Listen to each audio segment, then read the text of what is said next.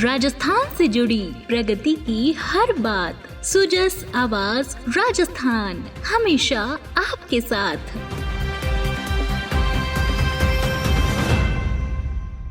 नमस्कार, सुजस पॉडकास्ट के साथ मैं जसविंदर सहगल और मैं अरिंदम। प्रशासन तंत्र की महत्वपूर्ण कड़ी होते हैं राज्य सरकार के कर्मचारी, और विभाग चाहे कोई भी हो, उसकी कमान होती है शासन सचिवालय के हाथ में। मुख्यमंत्री अशोक गहलोत ने प्रदेश की सबसे बड़ी प्रशासनिक इमारत में आज नॉर्थ ब्लॉक के नए भवन का शिलान्यास किया। इसमें मुख्य सचिव और कार्मिक विभाग सहित कई महत्वपूर्ण कार्यालय होंगे। इस अवसर पर मुख्यमंत्री ने ओपीएस सहित कर्मचारी हितों में उठाए गए अपनी सरकार के फैसलों की चर्चा की।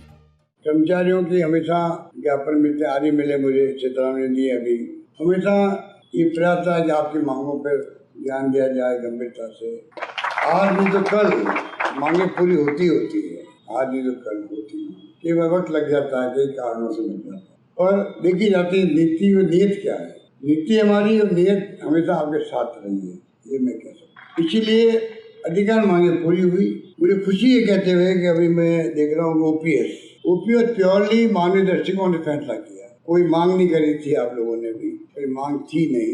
आप कल्पना कीजिए, इतना बड़ा फैसला बिना मांगे हुए, और हमने मांग कर रही भी नहीं आपसे। अचानक ही घोषणा हुई बजट के अंदर, और देश के अंदर भी और प्रदेश के अंदर भी तमाम लोगों में चर्चा का विषय बन गया।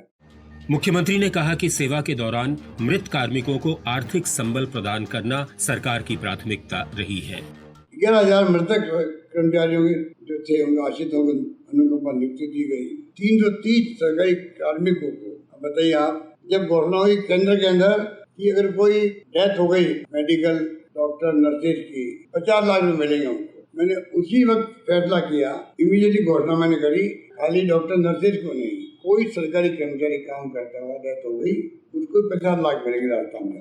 अब आप बताइए, करीब 330 सरकारी कार्मिक है राजस्थान में, जिनको 50 लाख में मिले राजस्थान के अंदर।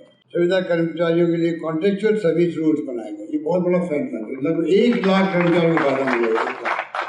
टाइम लगता है, लगे हुए हमारे डीओपी वाले सब लोग, पर ये बहुत बड़ा क्रांतिकारी फैसला है। इस अवसर पर मुख्यमंत्री ने सचिवालय कर्मचारी संघ की नवगठित कार्यकारिणी को शपथ भी दिलाई। राजस्थान सचिवालय कर्मचारी संघ के पद पर मनोनीत किए जाने पर ईश्वर को साक्षी मानकर शपथ देता हूँ कि मैं संघ व अपने पद की प्रतिष्ठा गोपनीयता को पूर्ण रूप से ध्यान में रखकर कर्मचारी कल्याण एवं जनहित में कार्य करूँगा। इससे पहले मुख्यमंत्री ने बिरला सभागार में राजस्थान नर्सिंग काउंसिल की दूसरी राष्ट्रीय कॉन्फ्रेंस का उद्घाटन किया। सीएम ने कहा कि स्वास्थ्य क्षेत्र में नर्सिंग का योगदान महत्वपूर्ण है। नर्सिंग कर्मियों से सेवा भावना के साथ काम करने का आह्वान करते हुए उन्होंने कहा कि सेवा ही सबसे बड़ा धर्म है। उन्होंने कोरोना काल में नर्सिंग कर्मियों की समर्पित भाव से की गई सेवाओं की भी सराहना की। मेरी खुशी है कि आपकी नेशनल कॉन्फ्रेंस दूसरी हो रही है, और स्वास्थ्य क्षेत्र में नर्सिंग का जो योगदान है वो अद्भुत होता है। बगैर नर्सिंग के स्वास्थ्य सेवाएं की कल्पना नहीं की जा सकती है। इतनी महत्वपूर्ण कड़ी में आप लोग भागीदार हैं। आप सबको बधाई है, शुभकामनाएं। और ये ठीक कहा, अभी कोरोना काल के अंदर आप सबकी परीक्षा की घड़ी थी, क्योंकि पूरे विश्व के अंदर ऐसा माहौल बन गया कि कौन बचेगा, कौन कोरोना से ग्रसित हो जाएगा। उस वक्त में आप लोगों ने जो सेवाएं दी है वो वास्तव में बेमिसाल थी। उसके लिए भी आपको बहुत बहुत बधाई है। चाहे चिरंजीवी स्वास्थ्य बीमा हो या दुर्घटना बीमा, नए अस्पताल खोलने हो, पुरानों की क्रमोन्नति, सीएम ने कहा कि चिकित्सा और स्वास्थ्य के क्षेत्र में राज्य सरकार के बढ़ते कदम आज पूरे देश में चर्चित हैं और मिशन 2030 का मार्ग प्रशस्त हुआ है। इस बार तो राजस्थान ने इतिहास बनाया देश के अंदर, जब राजस्थान आप सबके सहयोग से, एक तरफ तो right to health act, 25 lakh का चिरंजीवी बीमा देश में तो कहीं है ही नहीं।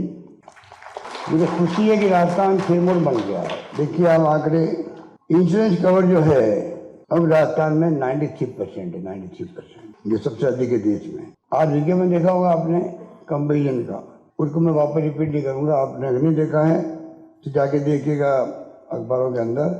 विज्ञापन में बताया गया कि पिछले 5 साल में, इस 5 साल में क्या क्या फैसले हुए हैं, कितना बड़ा जंप हुआ है।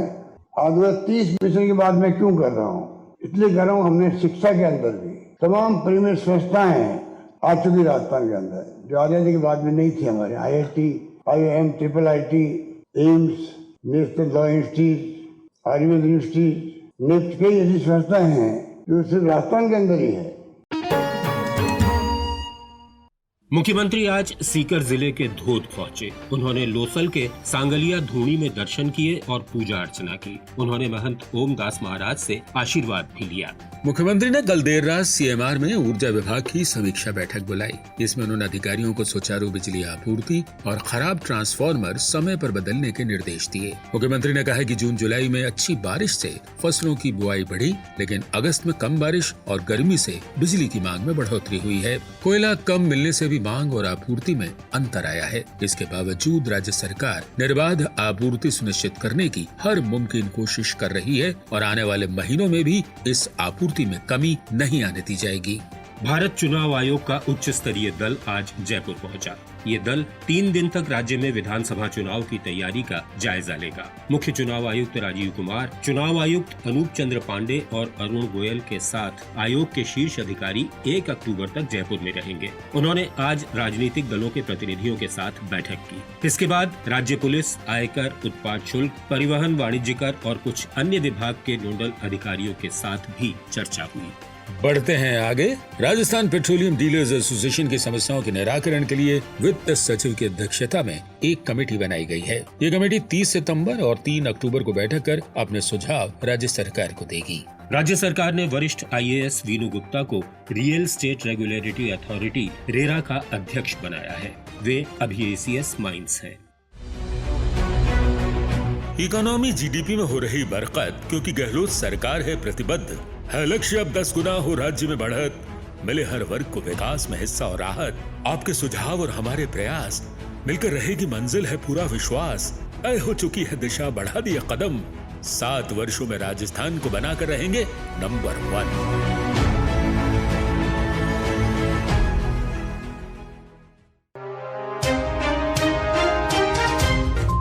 अब सुनिए जिलों का राउंड अप।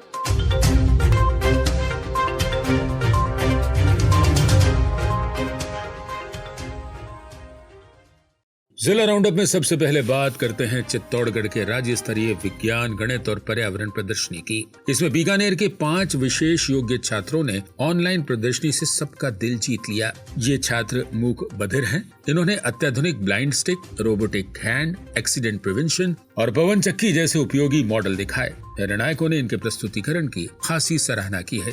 इधर जलदाय मंत्री डॉक्टर महेश जोशी ने जयपुर के हवा महल जोन में 61 करोड़ 40 लाख की लागत से कराए जा रहे 6 विकास और सौंदर्य कार्यों का लोकार्पण और शिलान्यास किया। इनमें डिग्री कॉलेज, अस्पताल, अग्निशमन केंद्र, चौगान स्टेडियम और डेकोरेटिव लाइट्स जैसे काम शामिल हैं। इस मौके पर डॉक्टर जोशी ने कहा कि डिग्री कॉलेज और अस्पताल खुलने से इस क्षेत्र के लोगों को काफी सहूलियत होगी।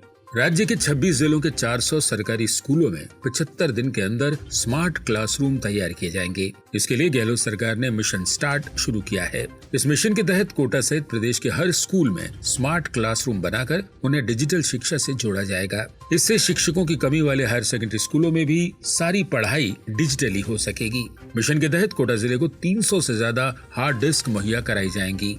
कश्मीरी युवा आदान प्रदान कार्यक्रम के तहत वहां से आए युवाओं के दल ने आज उदयपुर में सूचना केंद्र का अवलोकन किया। उन्होंने लोगों से बातचीत की और वहां चलने वाली गतिविधियों का जायजा लिया। दल में जम्मू कश्मीर के 6 जिलों के प्रतिनिधि शामिल हैं। किसानों को खेती, पशुपालन और मछली पालन के लिए कम ब्याज दरों पर पूंजी आसानी से मिल सके, इसके लिए किसान क्रेडिट कार्ड योजना चलाई गई है। योजना का लाभ अधिक से अधिक किसानों को मिल सके, इसके लिए हनुमानगढ़ जिले में 1 अक्टूबर से विशेष अभियान चलाया जाएगा। लक्ष्य है कि सभी वंचित किसानों को 31 दिसंबर तक किसान क्रेडिट कार्ड मुहैया करा दिए जाएं। तो ये था आज का सूजस पॉडकास्ट। मिलते हैं फिर, तब तक के लिए नमस्कार।